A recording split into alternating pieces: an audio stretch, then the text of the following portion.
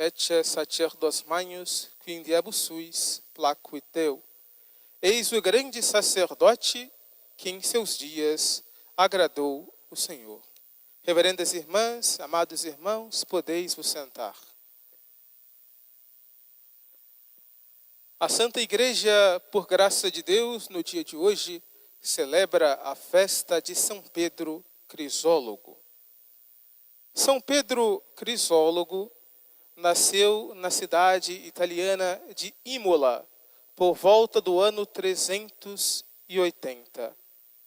Filho de pais católicos, pais piedosos, recebeu no berço uma sólida educação cristã, sendo já desde a sua juventude um modelo de piedade e de amor a Nosso Senhor. Justamente por conta dessa sua virtude da piedade, ele foi reconhecido como excepcional pelo então bispo de Imola, o bispo São Cornélio, que reconheceu nele a divina vocação para seguir a Nosso Senhor mais de perto. Por conta disso, ele próprio o ordenou diácono para que trabalhasse então no serviço, no ministério da pregação. E justamente as suas pregações tornaram-se célebres. Muitas pessoas queriam ouvir a pregação do diácono Pedro. E por conta das suas pregações, ele se tornou então muito famoso. Num determinado dia, uma senhora chamada Hélia Placídia, que não era nada mais nada menos que a imperatriz do Império Romano naquele período, casada ela com o imperador Constâncio III, estava na igreja ouvindo a pregação do diácono Pedro. A sua pregação para ela foi tão excelente que ela passou então, a partir daquele dia, a chamá-lo de Crisólogo. Crisólogo, que significa das palavras de ouro. Portanto, a partir daquele momento, ele foi conhecido como Pedro Crisólogo, Pedro das palavras de ouro. Ela, então, sendo muito assídua às pregações do diácono Pedro, conseguiu então para ele a promoção de arquidiácono. Ele foi então o principal diácono da diocese de Imola no seu período. Pouco tempo depois, por volta do ano 433, ficou vaga a sede episcopal da diocese de Ravenna.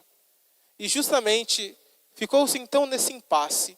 Quem seria nomeado bispo de Ravenna? A cidade, a população da cidade, havia elegido um bispo, havia eleito um bispo, mas não se sabia se ele era de fato digno para tal missão. Justamente por conta disso, por conta dessa dúvida, o Papa da época, que era o Papa Sisto III, elevou orações aos céus pedindo a Nosso Senhor luzes para nomear um bispo digno para aquela cidade.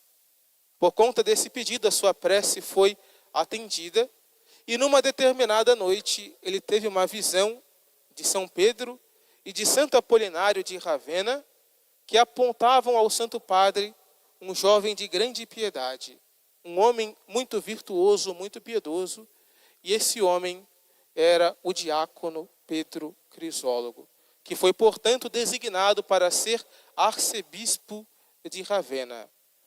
Durante o seu período como arcebispo de Ravenna, ele se destacou pelo seu combate às heresias daquela época.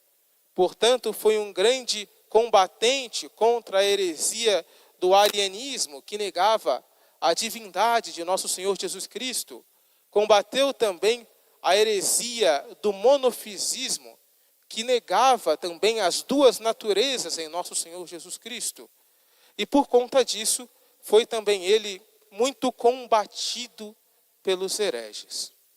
Portanto, um traço característico da vida de São Pedro Crisólogo foi o combate às heresias. Já no final da sua vida, a heresia de Eutiques também foi muito propagada na igreja, e ele justamente buscou defender o Santo Padre contra a heresia de Eutiques, que negava igualmente as duas naturezas de nosso Senhor. Por conta disso, ele também pode ser considerado um dos grandes defensores do primado papal e na defesa da autoridade do Santo Padre, o Papa. Ele morreu então por volta do ano 450. Algumas fontes, as mais antigas, dizem que ele morreu por volta do dia 2 de dezembro. Outras fontes falam que ele morreu por volta do dia 30, 31 de julho. Não se sabe muito ao certo. O fato é que a vida de São Pedro Crisólogo nos ensina justamente esse dever que tem todo fiel católico de ser um apologeta, portanto, de ser um defensor da fé. Todos nós temos essa obrigação de defender a nossa fé contra as heresias.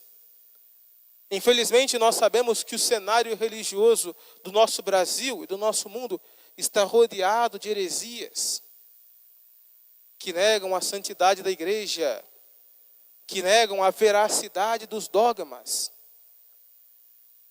Portanto, como fiéis católicos, nós temos essa obrigação: combater o erro, ensinar a verdade.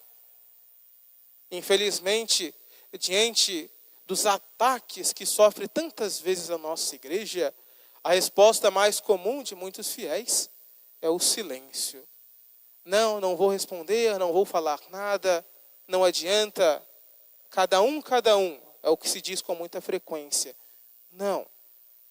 O fiel católico, aquele que ama a Jesus, tem a obrigação de defender a igreja de Jesus.